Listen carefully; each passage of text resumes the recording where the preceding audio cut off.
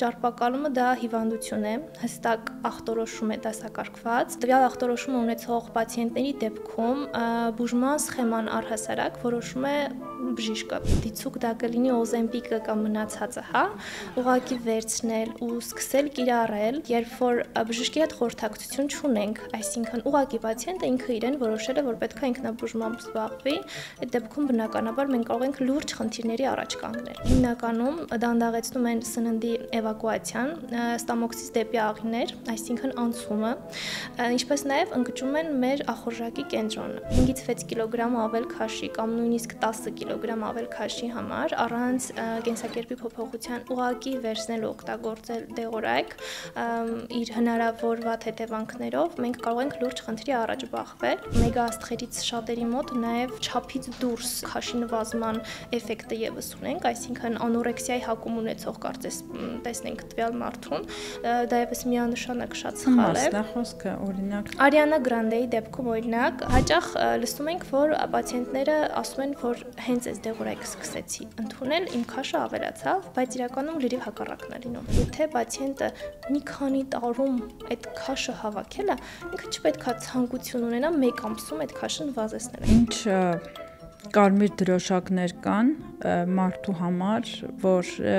իր մոտ ինչ-որ հորմոնային խնդիրներ են սկսվում։ Օրինակ վահանաձև գեղձի խնդիրների դեպքում, ինչպես նշեցի, հենց առաջին բնորոշ նշաններից մեկը հիշողության վատացումը, ընդհանուր թուլությունը, քնկոտությունը, էներգիայի դեֆիցիտը, տրամադրության անկումը, կոկորդում խեղտոցի զգացում, օտար մարմնի զգացում, բավական էլի ինչ-որ տրենդային համարվող, ուրեմն որպես չակերտների մեջ ասած ախտորոշումը համարում, բայց ինքը ախտորոշում չի, ինսուլինառեզիստենտականությունը դա վիճակ է։ Եթե պացիենտը ինչ-որ գանգատ չունի, ու կարող է գնալ հանձնել պրոլակտին հորմոնը ու տեսնել ինչ-որ շատ բարձր ցուցանիշ, բայց դա դեռ չի նշանակում ինքը խնդիր ունի։ Միահարեցնող բժիշկների մասին ես կարծում եմ ավելի շատ դիետոլոգներին են ասում, դիետոլոգիան էլ առանձին ճյուղ է, իհարկե էնդոկրինոլոգիային հարակից։ Բարև ձեզ, դուք լսում եք դիտում եք մեծ գործ ոդքասթը, ես Աստղիկ Կարապետյանն եմ։ Իմ հյուրը Քնարիկ Բադեյանն է, Շենգավիթ բժշկական կենտրոնի բժիշկ էնդոկրինոլոգ։ Քնարիկ ջան, բարև ձեզ։ Բարև ձեզ։ Շնորհակալություն հրավերս ընդունելու համար։ Ես նույնպես շնորհակալ եմ հրավերի համար։ Այսօր բավականին հետաքրքիր ու զգայուն թեմաներից ենք խոսելու։ Առաջին հարցը ուզում եմ տալ հայտնի Օզեմպիկի մասին։ Չգիտեմ, վերջի շրջանում անդադ ցանկացած անկյունում Օզեմպիկ ես տեսնում, անդադ դայագրված։ Վերջերս էլ կարդացի, որ օրինակ սոցիալական մեդիայում մարդիկ, որ ուզում են շատ դիտումներ հավաքեն, իրանց այդ թեգերի մեջ Օզեմպիկը գրում են անկախ նրանից բովանդակությունը կոնտենտը Օզեմպիկին վերաբերել է, թե վերաբերել չի, որովհետև ամենափնտրվող բառն է։ Հասկանանք ինչա Օզեմպիկը ընդհանրապես։ Սկսենք նրանից, որ Օզեմպիկը դեղորայքի բրենդային անվանումն է։ Այստեղ մենք գործ ունենք GLP-1 ագոնիստների հետ, դա դեղորայքային խմբի անվանումն է, որը որ շատ բավականին մեծ տարածում ունի։ Հիմա ինչպես դուք նշեցիք, հիմնականում ճարպակալում ունեցող պացիենտների բուժման պարագայում, ինչպես նաև շաքարային դիաբետ ունեցող պացիենտների դեպքում, ի սկզբանե դեղորայքը ստեղծված է եղել շաքարային դիաբետ ունեցող պացիենտների բուժման process-ում ընդգրկելու համար, հա, սակայն վերջին շրջանում FDA-ը հաստատել է հստակ, որ GLP-1 ագոնիստները կիրառվում են նաև ճարպակալում ունեցող պացիենտների դեպքում։ Սակայն այստեղ շատ կարևոր նրբություններ կան։ Նախ պետք է հասկանալ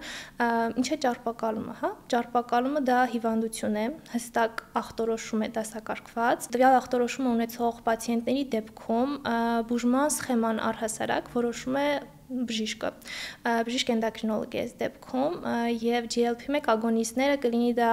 Օզեմպիկը, կլինի Վեգովին, Մունջարոն, տարբեր անուններ ունեն, հա, այդ պրեպարատները, որոնք որ կիրառվում են, հստակ ցուցված է որոշակի դեպքերում, որոշակի խնդիրների առկայության դեպքում եւ ելի ուզում եմ խիստ նշել, որ պարտադիր է բժշկի վերահսկողությունը։ Այսինքն ուղղակի պացիենտները ունենալով ուղղակի բրենդային ինչ-որ անվանում, դիցուկ դա կլինի Ozempic-ը կամ մնացածը, հա,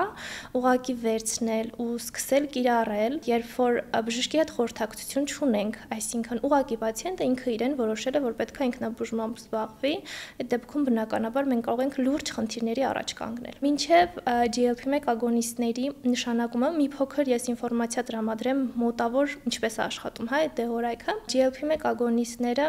ուրեմն հիմնականում դանդաղեցնում են սննդի էվակուացիան, ստամոքսից դեպի աղիներ, այսինքն անցումը, ինչպես նաև ընկճում են մեր ախորժակի կենտրոնը։ Դրա միջոցով մարդու մոտ հագեցվածության զգացումը ավելի շուտ է առաջանում, ախորժակի անկումը տեղի ունենում ու դրա ֆոնին տեղի ունենում նաև քաշի նվազում։ Բայց այստեղ շատ կարևոր է նշել, որ եթե նույնիսկ բժշկի ցուցմամբ նշանակվում է դեղորայքը, պարտադիր բացատրվում է նաև սննդակարգի եւ ապրելակերպի ֆիզիկական ակտիվության կարևորությունը։ Այսինքն ուղղակի դեղորայքը վերցնել ու կիրառել առանց ցուցման, առանց համապատասխան հետազոտություններ անցնելու, առանց հստակ ուղղորդվածության դա միանշանակ սխալ է։ Կուզենամ մի քանի կարևոր փաստ նշել կոնկրետ հակացությունների վերաբերյալ։ Մինչև GLP-1 ագոնիստների կիրառումը պացիենտը անցնում է կարևոր հետազոտություններ, քանի որ ցանկացած դեղորայք, ինչպես եւ կոնկրետ GLP-1 ագոնիստները ունեն իրենց ցուցումները եւ իհարկե հակացությունները։ Պետք է անցնել վահանաձև գեղձի սոնոգրաֆիա, քանի որ մենք այստեղ հետագայում պետք է խուսափենք հնարավորինս բարդությունների առաջացումից եւ այստեղ հստակ հակացություն ունենք, եթե ունենք վահանաձև գեղձում կասկածելի հանգույցներ եւ առավել եւս եթե ունենք մեդուլյար կարցինոմայի կասկածի ռիսկ, հա։ GLP-1 ագոնիստների կիրառման ընթացքում մենք կարող ենք ունենալ պանկրեատիտի առաջացման ռիսկ, դրա համար եւս մեծ պանկրեատիտը ենթաստամոքսային գեղձի բորբոքումն է, որ բավականին բարդ պաթոլոգիա իրենից ներկայացնում եւ այդ իսկ պատճառով եւս շատ անհրաժեշտ է բժշկի խիստ վերահսկողությունը։ Կարևոր փաստ կուզենամ նշել, որ ինչի ես ամենասկզբում նշեցի, որ ճարպակալում ունեցող պացիենտների դեպքում ացուցված դա, քանի որ կան մարդիկ, ովքեր ընդհանրապես ունեն 5-ից 6 կիլոգրամ ավելորդ քաշ ու որոշում են, որ իրենք պետքա կիրառեն այդ դեղորայքը։ Դա միանշանակ սխալ մոտեցում է։ Այսինքն 5-ից 6 կիլոգրամ ավել քաշի կամ նույնիսկ 10 կիլոգրամ ավել քաշի համար առանց կենսակերպի փոփոխության ուղղակի վերցնել ու օգտագործել դեղորայք իր հնարավոր վատ հետևանքներով մենք կարող ենք լուրջ խնդրի առաջ բախվել։ Այստեղ մի կարևոր փաստ կուզենամ իհարկե նշել, մենք շատ խոսում ենք հնարավոր վատ հետևանքների մասին, սակայն բժշկական տեսանկյունից կուզենամ նշել նաև, եթե դեղորայքը կիրառվում է հստակ ցուցման դեպքում, շաքարային դիաբետ ունեցող պացիենտների դեպքում, ինչպես գիտենք, հնարավոր բարդություններ կարող են հետագայում առաջանալ, սիրտանոթային խնդիրներ, երիկամների քրոնիկ հիվանդություն եւ այլն, GLP-1 ագոնիստները առաջին շարքի պրեպարատ են համարվում, այսինքն մենք կարող ենք դրանց կիրառմամբ փոխել իրավիճակը պացիենտի կյանքում, հնարավոր բարդություններից հնարավորինս խուսափել, կամ եթե նույնիսկ ունենք տվյալ բարդությունը, այդ պրեպարատը համարվում է առաջին շարքի պրեպարատ, այսինքն ցուցված է տվյալ բարդության դեպքում կիրառելու նպատակով։ Նորից վերադառնում ենք նույն խոսքին, որ միանշանակ դեղորայքը, եթե ցուցված է բժշկի կողմից, միանշանակ աշխատում է իր 90%-ով, եթե ոչ 100%-ով, բայց եթե ուղղակի ինքնաբերաբար ինքնուրույն վերցնում ենք ու սկսում ենք կիրառել որևէ դեղորայք, դա կլինի Ozempic-ը, դա կլինի սովորական վիտամին D-ն, դա կլինի երկաթի պրեպարատ կամ կալցիում, կապ չունի, ես ամենասովորական, այսպես ասած, միկրոէլեմենտների, վիտամինների անուններն եմ տալիս, եթե կիրառվում է առանց բժշկի ցուցման, միանշանակ մենք կարող ենք վնաս հասցնել մեր առողջությանը։ Ինքնաբուժությամբ միանշանակ պետք չի զբաղվել ու դա մեր երկրում շատ լուրջ խնդիր է, որովհետև շաքարային դիաբետ ունեցող հիվանդների շրջանում եւս այդ խնդրին մենք բախվում ենք, այսինքն պացիենտները որոշում են, որ եթե իրենք ունեն օրինակ 10 տարվա դիաբետ կամ ավել, իրենք կարող են իրենց հարևանին բարեկամին առաջարկել դեղորայք, որոնք որ իրենք ստանում են, որը որ իրենց ցուցված է ու դրա հետևանքով լուրջ վնաս հասցնել առողջությանը։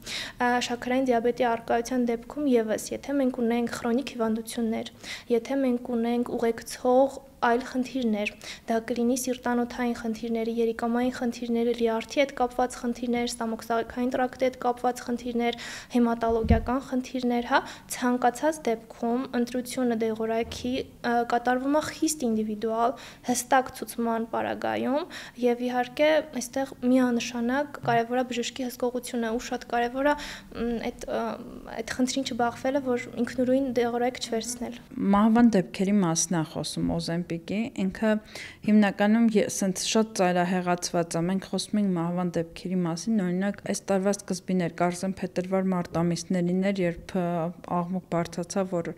Մեծ Բրիտանիայում 82 մահ է գրանցվել արդեն Օզեմպիկի հետևանքով եւ մյուս կողմից կա այդ դեպի դրականը, որ դու միանգամից արեցիր մեգա աստղեր են այդ քարոզում եւ այլն, որ դա շատ լավն է։ Հիմնականում մահերի մասին եմ ուզում հարցնել, այդ մահերը հետևանք են, որովհետև բժիշկները չեն վերահսկել, իրանք ինքնաբուժությամբ են զբաղվել ու նաև նույն այդ մեգա աստղերը, երբ որ քարոզում են, իրանք բժշկի խորհրդատվությամբ են այդ քայլին գնացել, թե իրանք էլ են այդ բանը արել, չգիտեմ հետևել եք, թե չէ, ինչ կասեք էլի սրա մասին։ Մահերի հետ կապված հիմնական խնդիրը, եթե իհարկե դա միանշանակ հաստատված է, որ դեղորայքային ուրեմն միջամտությունից հետո առաջացել, ամենայն հավանականությամբ դեղորայքի դեղաչափի սխալ ընտրության հետևանք կարող է լինել, որովհետև Օզեմպիկը կամ նրա մնացած անալոգները մենք հստակ դեղաչափով ենք նշանակում ու դեղաչափի հետ կապված էլ, հա, հետագայում մենք կամ քիչ-քիչ բարձրացնում ենք կամ միգուցե նույն դեղաչափով մնա, այդ ամեն ինչը որոշվում է խիստ ինդիվիդուալ, այսինքն դա ունիվերսալ կիրառման միջոց չի, որ օրինակ վերցնել ինչ-որ դեղաչափ ու սկսել ներարկվել, բոլորի համար դա ցուցված լինի։ Դա այդպես ու միգուցե նաև պացիենտները ունեցել են այլ քրոնիկ լուրջ հիվանդություններ եւ բնականաբար առանց բժշկի հսկողությամբ ներարկվելու դեպքում կարող է առաջանալ նույնիսկ մահ։ Իսկ ինչ վերաբերվում է մեգա աստղերի ավելի շատ կիրառմանը, այնտեղ նաև կարծում եմ դուք եւս տեսել եք, որ մեգա աստղերից շատերի մոտ նաև չափից դուրս քաշի նվազման էֆեկտը եւս ունենք, այսինքն անորեքսիայի հակում ունեցող կարծես տեսնենք տվյալ մարդուն, դա եւս միանշանակ շատ սխալ է։ Մասնա խոսքը օրինակ Ariana Grande-ի դեպքում օրինակ, իհարկե չգիտեմ ինչքանով է իրականության համապատասխանում կոնկրետ դեղորայքի ընտրության հետ կապված որ տարբերակն է կիրառվել, բայց երբ որ նայում ենք, հստակ այնտեղ խնդիր է երևում, այսինքն շատ կարևոր է հասկանալ ինչի հաշվին է մարդը քաշ նվազեցնում, այսինքն երբ որ մենք առողջ ձևով, հա, փորձում ենք քաշ նվազեցնել եւ նույնիսկ եթե դեղորայքը ցուցված է, շատ կարևոր է սննդակարգի պահը, կարևորություն տալ, որպեսզի պացիենտը քաշ նվազեցնելու ընթացքում կորցնի ավելի շատ ճարպ, քան մկան։ Այսինքն, երբ որ մենք քաշ ենք նվազեցնում, պարտադիր եւ մկան ենք կորցնում եւ ճարպ, բայց նրանց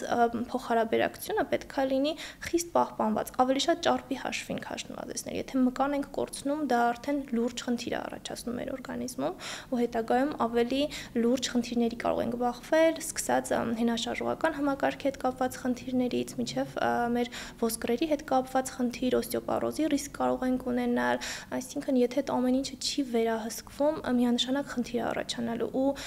որևէ դեղորայք ուղակի վերցնել եւ պրոպագանդել,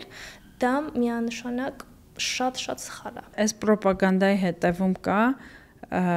դեղ արտադրող ընկերության գովազդային արշավը։ Չեմ կարծում, հստակ չեմ կարող իհարկե, դա իմ սուբյեկտիվ կարծիքն է, չեմ կարող հստակ ասել, կարծում եմ չկա նման հարց,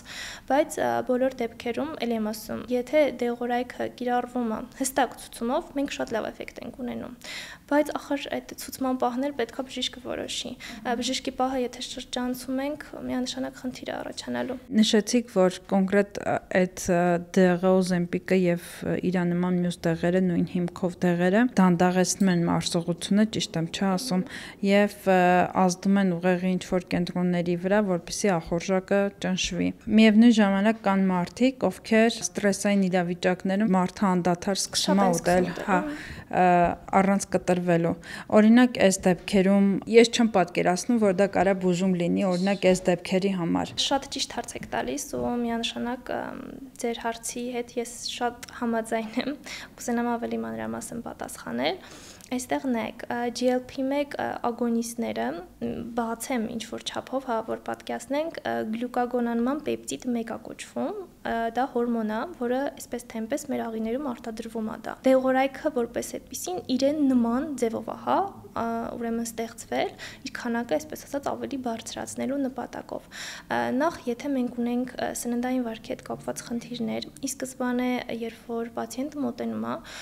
մանրամասն հավաքվում է անամնեզ, այսինքն հաշվի են առնում թե հոգեբանական խնդիրները, թե անամնեստիկ տվյալները, թե ժառանգական նախատրամադրվածությունը այս կամ այն հիվանդությունների հետ կապված եւ հետագայում նոր որոշվում է քայլերը։ Առհասարակ կոնկրետ իմ մոտեցման մասին ես կարող եմ խոսել, երբ ճարպակալումով պացիենտը գալիս է թեկուզ եւ առանց շաքարային դիաբետի, մանրամասն բացատրվում է իր կենսակերպի խիստ պահպանելու անհրաժեշտությունը։ Այսինքն, եթե պացիենտը տրամադրված չի ունենալու հստակ սննդակարգ, տրամադրված չի ունենալ ֆիզիկական ակտիվություն եւ ունի նաեւ ձեր նշածի պես թեթև արտահայտված նույնիսկ հոգեբանական այդ ներգործությունը, հա, չեմ ուզենա նշել խնդիր, բայց մենք ունենք նաեւ բնականաբար խնդիրներ, կոնկրետ ախտորոշումներ, բուլեմիա եւ այլն, որոնք որ անկախ մարդու կամքից ինքը կարող է ունենալ բնականաբար այդ ախտորոշումը եւ այդ հարցերը եւս մանրամասն քննարկվում է, նոր դրանից ելնելով նշանակվում արդեն համապատասխան դեղորայքային սխեման կամ միգուցե դեղորայքային բուժման անհրաժեշտություն այդ փուլում չի առաջանում։ Այսինքն, պացիենտը եթե առաջին անգամ մոտենում է ավելորդ քաշով, իրան ուղակի միանգամից նշանակել դեղորայք ու ճանապարհել, որ գիտեք, սա ինչ որ այնպիսի մի դեղորայքա, որը որ հրաշքներ է գործելու, դա միանշանակ չի խրախուսվում ու դա չի էլ աշխատելու, ես ձեզ բարձ ասեմ, հստակ, եթե պացիենտը չպահեց իր սննդակարգ ֆիզիկական ակտիվությունը, դեղորայքը անիմաստ է ներարկվելու, միանշանակ դա ինչ որ հրաշագործ միջոց չի համարվում ու շատ կարևոր է խիստ ինդիվիդուալ մոտեցումը ու հարցին տարբեր տեսանկյուններից մոտենալը։ Իրականում ինչ որ տարիքից հետո, հատկապես կանանց մոտ այդ փոփոխությունները շատ նկատվում են ու հենց նույն այդ Օզեմպիկը եւ մյուս դեղերը, երբ որ մեծ համբավ հեղինակություն են ունենում, դառնում են շատ պոպուլար, իրա հիմքում հենց դա է, որ կա մեծ պահանջարկ։ Ես ուզում եմ խոսենք հենց այդ խնդիրների մասին, երբվանից է այդ փոփոխությունները սկսվում, ինչ որ հորմոնային դիսբալանսներ են, չէ՞, երևի սկսվում։ Ինչն է պատճառը, որ դա սկսվում է։ Մենք կարող ենք ունենալ տարբեր հորմոնալ խնդիրներ, որոնք որ նյութափոխանակությունը դանդաղեցնելու ուրեմն շնորհիվ, այսպես ասած, մեր մոտ առաջացնում են ավելորդ քաշի առկայություն, մաշկային խնդիրներ, դյուրագրգռություն, նույնիսկ պսիխոէմոցիոնալ ֆոնի հետ կապված, հա, լուրջ սիմպտոմատիկա։ Օրինակ, վահանաձև գեղձի խնդիրների դեպքում, երբ որ մենք ունենում ենք հիպոթիրեոզ, այսինքն գեղձի ֆունկցիան ընկճված է, չի բավարարում օրգանիզմի պահանջարկը, մեր մոտ նյութափոխանակությունը ամբողջությամբ դանդաղում է եւ դրա ֆոնին սկսում է մարդը նաև ավելորդ քաշ ունենալ այդ ուսվածության ֆոնին, քանի որ օրգանիզմը սկսում է ավելորդ հեղուկ պահել, հիշողության խնդիրներ, դյուրագրգռություն, ագրեսիվ վարք, մազաթափություն, եղունգների փխրունություն եւ այլն։ Դա օրինակ կարող է առաջանալ ցանկացած տարիքում, նույնիսկ երեխաների մոտ։ Մենք նաև Հայաստանում ունենք հիպոթիրեոզի բնածին սկրինինգ, որպեսզի նորածնային, հա, տարիքում արդեն իսկ որոշվում է վահանաձև գեղձի հորմոնի մակարդակը եւ նոր երեխան դուրս է գրվում հիվանդանոցից, այսինքն շատ կարևոր հորմոններ են համարվում վահանաձև գեղձի հորմոնները, օրգանիզմում երևի այդպիսի օղակ չկա, որոնց վրա թիրոիդ հորմոնները չեն ազդում եւ դա շատ կարևոր է ախտորոշել ծնված օրվանից, այսինքն աճի վրա է ազդում երեխայի նյարդային համակարգի ձևավորման, շարժման, հա, հենաշարժողական համակարգի եւ այլն։ Այդ առումով մենք տարիքային սահմանափակում չունենք, ցանկացած տարիքում կարող է առաջանալ հիպոթիրեոզ, ու այստեղ կուզենամ նաեւ նշեմ, որ հիպոթիրեոզ կարող ենք ունենալ տարբեր պաթոլոգիաների դեպքում։ Հիմնական ամենատարածված խնդիրը աուտոիմուն թիրոիդիտն է, որի դեպքում առաջանում է հիպոթիրեոզ եւ դրա ֆոնին նշանակվում է փոխարինող հորմոնալ թերապիա, այսինքն մշտական պացիենտը իր դեղորայքը ստանում է։ Ու այստեղ մի կարևոր բանի մասին կուզեմ խոսել, լևոթիրոքսինի պրեպարատը, որ հաճախ նշանակվում է պացիենտին եւ պացիենտները սկսում են ընդունել, հաճախ մենք L-թիրոքսին։ Այո, L-թիրոքսինն է։ Հաճախ լսում ենք, որ պացիենտները ասում են, որ հենց այս դեղորայքը սկսեցի ընդունել, իմ քաշը ավելացավ, բայց իրականում լրիվ հակառակն է լինում։ Այսինքն լևոթիրոքսինի պրեպարատը մեր նյութափոխանակությունը ակտիվացնում է, վահանաձև գեղձի կողմից չի արտադրվում, մենք տալիս ենք դրսից։ Այսինքն այդ խնդիրը մենք չենք ունենում։ Մնացած հորմոնալ խնդիրներից մի քանի կարևորները ես նշեմ, բայց ելի ասում ցանկացած խնդրի դեպքում մենք կարող ենք ունենալ սիմպտոմատիկա։ Նորից շատ պրոպագանդված լսած կլինեք, ուրեմն կորտիզոլի հետ կապված ամենաշատը, որ ելի սոցցանցերում ենք տեսնում ենք, որ մարդիկ կորտիզոլ են հանձնում ինքնուրույն, հետո սկսում են ինքնուրույն այդ կորտիզոլի հետ կապված ինչ-որ շտկումներ անել, դեղորայքային սխեմաներ իրենց մշակել, բայց կորտիզոլի հիպերկորտիցիզմի կասկածի դեպքում, այսինքն եթե մենք կարծում ենք, որ կորտիզոլի մակարդակի բարձրացում կարող է լինել տվյալ պացիենտի մոտ, նախ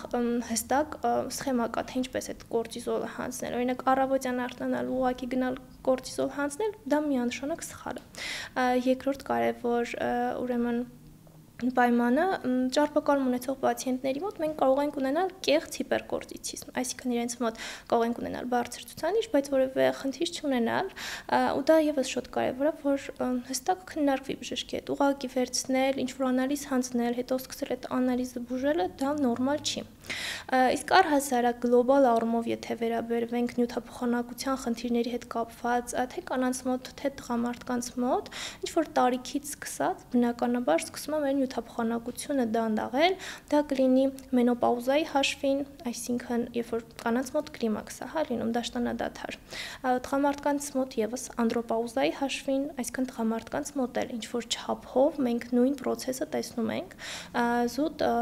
մի քիչ այլ տարբերություններով, հա, ու դա եւս նպաստում է ավելորդ քաշի ձևավորմանը, բայց մի շատ կարևոր եւ հստակ փաստ կուզենամ նշել, որ մարդիկ քաշը չեն հավաքում հիմնական դեպքում, օրինակ մի ամսվա ընթացքում, 2 ամսվա ընթացքում կամ նույնիսկ մի տարվա ընթացքում։ Մարդիկ ավելորդ քաշի ու ճարպակալման հասնում են տարիների ընթացքում 130, 140, 170 կիլոգրամ սխալ կենսակերպի արդյունքում առաջին հերթին ֆիզիկական ակտիվություն չունենալու, ինչու՞ չէ նաև երկրորդային նպաստող գործոնների, որոնք կլինեն հորմոնալ խնդիրները եւ այլն, բայց այստեղ կարևոր է հասկանալ, եթե պացիենտը մի քանի տարում այդ քաշը հավաքել է, ինքը չպետք է ցանկություն ունենա մեկ ամսում այդ քաշը նվազեցնել, այսինքն քաշի նվազեցման process եւս պետք է լինի շատ համակարգված ու հնարավորինս այնպիսի ձևով, որ տվյալ պացիենտին ոչ մի առումով մենք վնաս չտանք, առողջությանը վնաս չհասցնենք։ Քաշի նվազեցման process-ը եւս պետք է լինի համակարգված, որ հետագայում մենք նորից տվյալ քաշը հետ վերադարձնելու խնդիրը չունենանք,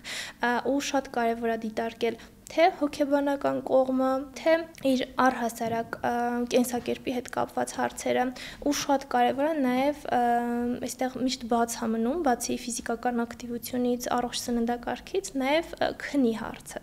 որովհետև քունը եւս շատ կարևոր է ճիշտ ձևով քաշ նվազեցնելու դեպքում, որովհետև եթե մենք օրինակ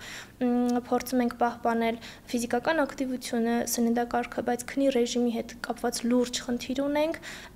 մեր արդյունքը շատ ավելի փոքր չափով է դրսևորվում, քան իրականում, եթե մենք ամբողջը կարողանանք պահպանել։ Ինչ կարմիր դրոշակներ կան մարդու համար, որ իր մոտ ինչ-որ հորմոնային խնդիրներ են սկսվում։ Իրականում այդ քաշի մասով բժիշկներից մեկը ինձ ասաց, որ շատերը 1-2 կիլոգրամին ուշադրություն չեն դարձնում, երբ որ ավելանում է քաշը, ու շատ արագ այդ 1-2 դառնում է 3-4 ու աչքը տանթած սովորում է, տենց դե 1 կիլոգրամով ավելանում է, բայց իրականում նույնիսկ այդ 1-2 կիլոգրամը արդեն ահազանգ պետք է լինի քեզ համար։ Արդյոք նախ համաձայն եք դրա հետ ու բացի սա, եթե իսկապես դա այդպես է, էլ ինչ ահազանգեր կան։ Համաձայն եմ, թեկուզ 1-2 կիլոգրամ քաշի դեպքում, եթե մենք վարում ենք նույն կենսակերպը ու հիմնականում առողջ ենք սնվում ու տեսնում ենք, որ քաշը սկսում է ավելանալ, արդեն պետք է զուտ ուշադրություն դարձնել։ Չեմ ասում միանգամից 1-2 կիլոգրամ քաշ ավելացնելու դեպքում վազել բժշկի, բայց եթե դրա հետ համատեղ կա նաև այլ սիմպտոմատիկա, դրա դեպքում արդեն անհրաժեշտություն կա բժշկի դիմելու։ Նախ սկսենք ամենասկզբից, ինչպես հասկանալ քաշի հետ կապված։ Մենք խնդիր ունենք թե թե չէ, կա հեշտ բանաձև մարմնի զանգվածի ինդեքսա կոչվում, որի միջոցով ցանկացած մարդ կարող է հաշվել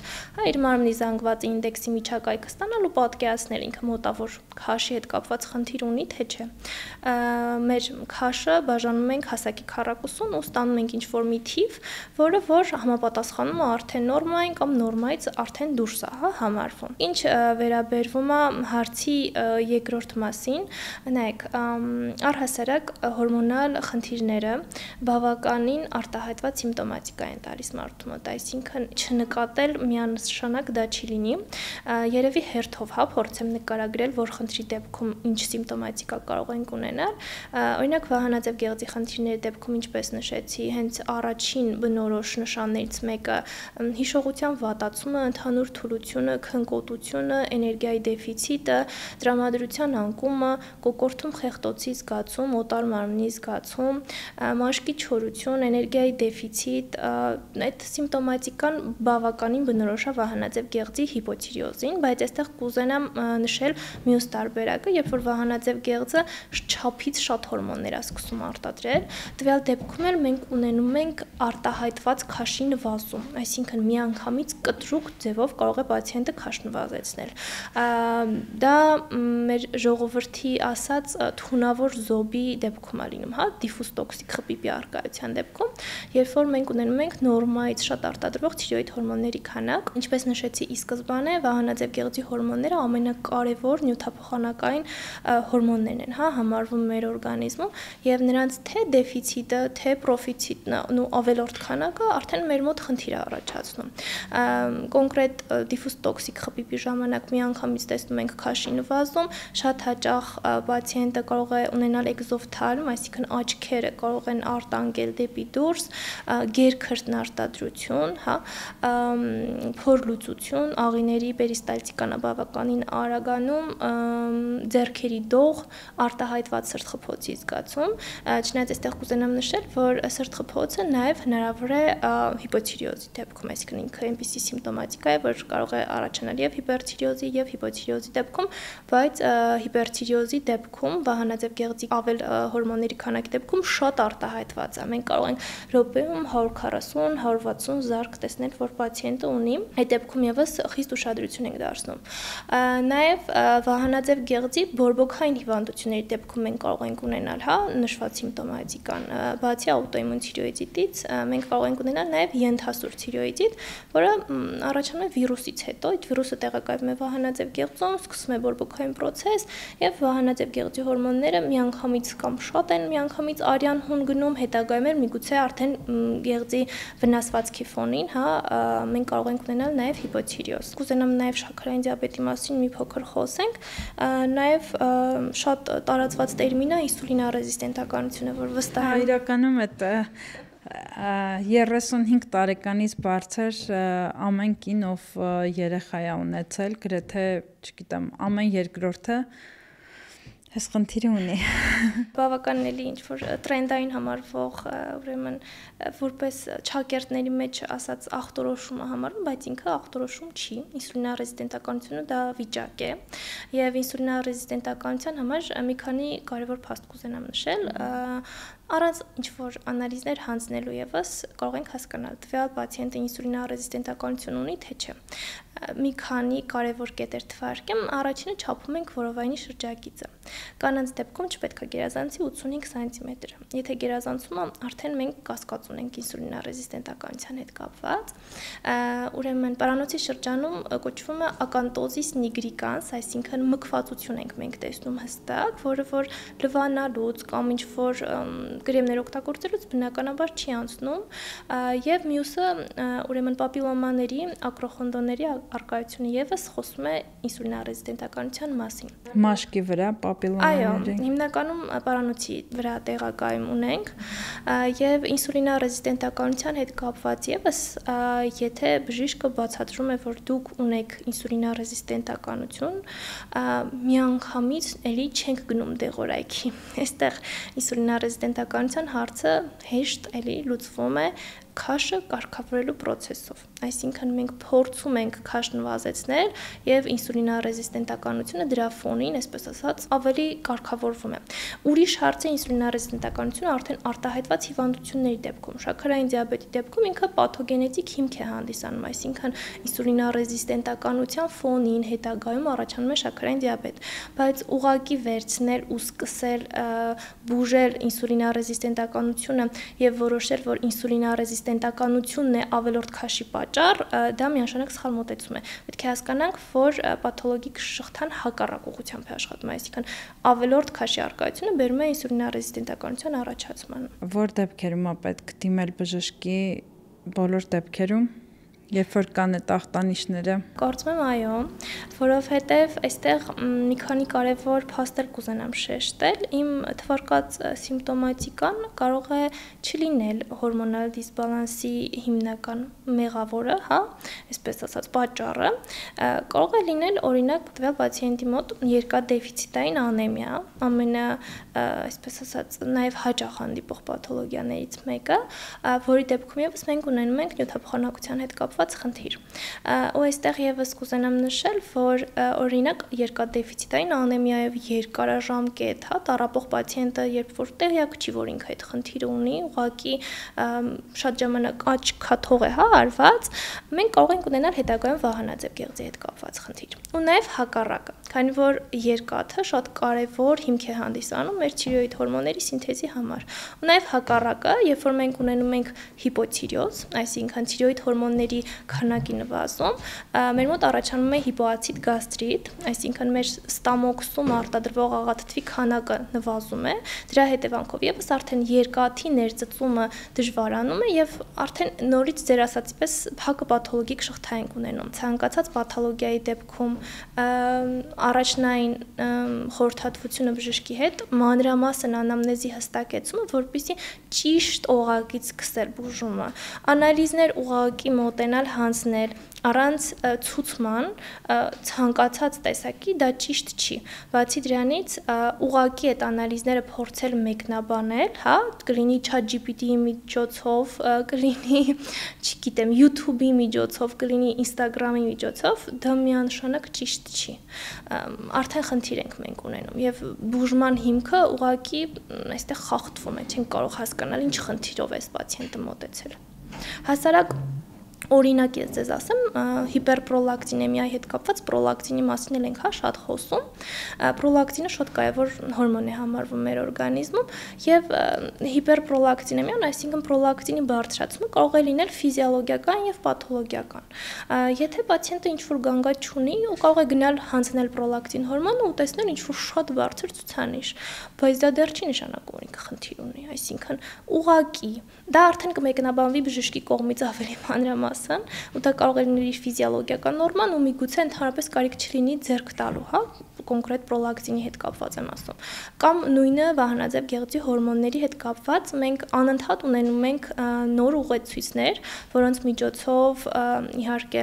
վարում ենք պացիենտներին, օրինակ վահանաձև գեղձի ինչ որ փոքր ցուցանիշից սկսած մարդիկ արդեն սկսում են տրաուրի մեջ, հա, ընկնել։ Կարող են օրինակ 4 ու 6 թիվը տեսնել ու անհանգստանալ, ուղղակի վերցնել, որոշել, որ պետքա հանձնել, հա, թիոտրոպ հորմոնը, բայց այստեղ եւս խիստ ինդիվիդուալ մոտեցում ունենք։ Օրինակ հղիության դեպքում լրիվ այլ մոտեցում ունենք։ Փոքր տարիքի երեխաների դեպքում այլ ցուցանիշներ են, մեծահասակների դեպքում լրիվ այլ ցուցանիշներ են, այսինքն նույնիսկ այդ բուժման սխեման պետքա հստակեցվի բժշկի հետ, ուղղակի չվերցնել ու գնալ հանձնել կամ սկսել դեղորայքային ճամփությունը։ Մենք խոսեցինք ինքնաբուժության մասին, բայց կա նաև խնդրի մի հատ մյուս կողմը, երբ որ բժիշկները բարեխիղճ չեն, ու շատ դեպքերում շատերը էնդոկրինոլոգներին դիտարկում են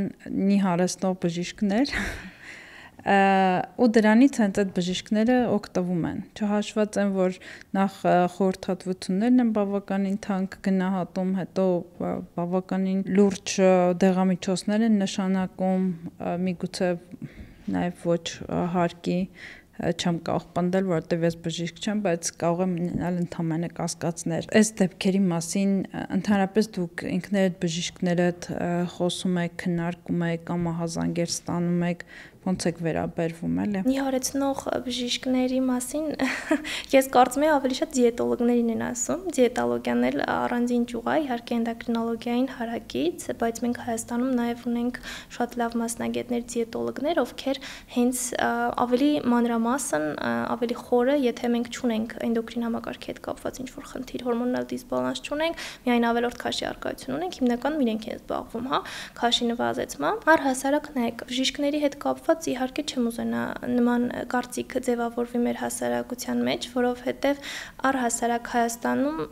մենք ունենք շատ լավ զարգացած բժշկություն եւ նաեւ կուզենամ նշել ինչի՞ չէ, նաեւ շատ կարեւոր փաստ է բարեխիղճ լինելը, շատ միշտ պացիենտին հասանելի լինելու փաստը, դա եւս շատ կարեւոր է, կարծում եմ դուք էլ տեղյակ եք, որ եվրոպական երկրներում, Ամերիկայի Միացյալ Նահանգներում ինչքան դժվար է նույնիսկ բժշկին այցելել, հա, կոնսուլտացիայի գրանցվելը կարող է տևել ամիսներ եւ այլն, իսկ մենք մեր պացիենտների համար հիմնականում բաց ենք կապի, դուրս ենք գալիս ցանկացած ժամի, ցանկացած պահի։ Իհարկե դա գլոբալ առումով ես չեմ կարող ասել ու ինչ որ կարծիք հայտնել, դա միանշանակ սխալ կլինի, բայց բոլոր դեպքերում կոնկրետ էնդոկրինոլոգիային վերաբերող մեր հետ կապված հարցին կուզենամ այդ ուշադրությունը դարձնենք։ Առհասարակ ցանկացած պացիենտի դեպքում առաջնային կարևոր նշանակության տրվող հարցը կարծում եմ սկսել ախտորոշումից։ Մենք պետք է ունենանք հստակ ախտորոշում, որի դեպքում նոր արդեն քննարկվում է բուժման տարբերակները։ Ու բուժման տարբերակները եւս ցանկացած պաթոլոգիայի դեպքում դա կլինի ճարպակալումը, դա կլինի շաքարային դիաբետը, դա կլինի վահանաձև գեղձի հետ կապված հիվանդությունները, տարբերություն չկա բացարձակապես, ցանկացած պարագայում մանրամասն հիմնականում բացատրվում է պացիենտին ու նաև հստակեցվում է, թե որ դեղորայքը ինչի համար է նշանակվում։ Տվյալ ինֆորմացիան կարծում եմ եւս շատ կարևոր է ցանկացած մարդու համար, որովհետեւ ցանկացած պացիենտ իրավունք ունի իմանալ, թե ինքը ինչ դեղորայք պետք է օգտագործի։ Բնականաբար ամբողջությամբ, ամբողջ մանրամասներով մենք չենք կարող այդ ինֆորմացիան տրամադրել, բայց հնարավորինս հասկանալի լեզվով, ոչ տերմինոլոգիայով, հա, որ պատկերացնի տվյալ պացիենտը մենք ինչի հետ գործ ունենք, տվյալ ինֆորմացիան տրամադրվում է ու հիմնականում նման խնդրի չենք բախվում։ Ճարպակալման հետ կապված կուզենամ նշել նաև վերջերս չի իհարկե բավականին վաղուց կիրառվող տարբերակը, բայց վերջին մի քանի տարիներին ավելի շատ կիրառվող տարբերակը բարիատրիկ վիրահատության մեթոդը, երբ որ ստամոքսի հետ կապված ռեզեկցիա են անում եւ հետագայում սկսում արդեն պացիենտը քիչ ուտելու միջոցով քաշ նվազեցնել, բայց ելի եմ ուզում այստեղ տվյալ պահը նշել, որ բարիատրիկ վիրահատության դեպքում էլ մենք պետք է ունենանք հստակ ցուցում եւ նաեւ նորից հաշվի առնել թե մարդու հոգեեմոցիոնալ ֆոնի վիճակը, թե ուղեկցող հիվանդությունները, թե հետագայում իր սննդային սովորությունները ձևավորելու պահանջը, հա, որովհետև ցանկացած միջամտության դեպքում, եթե մենք սննդային սովորություններ, առողջ սովորություն չենք կարողանում ձևավորել տվյալ անհատի մոտ, վերջում մենք մեկա խնդրի առաջ ենք բախվելու, նույնիսկ բարիատրիկ վիրահատությունից հետո պացիենտը հավաքելու է իր քաշը, ու մենք այդ խնդրին միանշանակ բախվելու ենք։ Կա ինչ-որ տարիք, որից հետո մարդը, կինը, տղամարդը պետք է սկսեն ինչ-որ պրոֆիլակտիկ, պարբերաբար այցելությունների գնան, կամ պրոֆիլակտիկ ChatGPT-ի հետ խոսեն։ ChatGPT-ի հետ քննարկումը ճիշտ ասած չի ուզենա որ լիներ, որովհետև ցանկացած պաթոլոգիայի դեպքում, երբ որ մենք դիմում ենք ChatGPT-ին, ավելի շատ մեզ կարող է տրաուրի մեջ գցել, այսպես ասած, քան ինչ-որ հստակ ինֆորմացիա տալ։ Տարիքային սահմանափակում որպես այդպեսին կամ հստակ տարիք, որ տվյալ տարիքից սկսած լավ կլինի պրոֆիլակտիկա անել, մի կողմից կարող եմ ասել, որ խրախուսելի է, մի կողմից կարող եմ իմ ասածը ժխտել։ Ինչ առումով, որովհետև նայեք, էնդոկրին համակարգի հետ կապված պաթոլոգիաները ցանկացած տարիքում կարող են հանդիպել։ Կլինի դա երեխաների մոտ, դեռահասների մոտ, հա, բնականաբար ավելի մեծ տարիքով պացիենտների մոտ,